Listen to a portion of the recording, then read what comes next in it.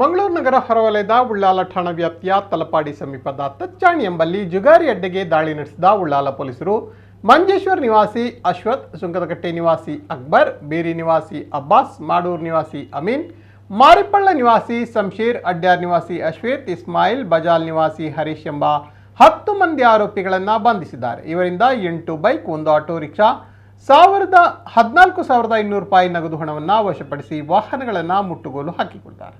ಉಳ್ಳಾಲ ಠಾಣೆಯಲ್ಲಿ ಪ್ರಕರಣ ದಾಖಲಾಗಿದೆ.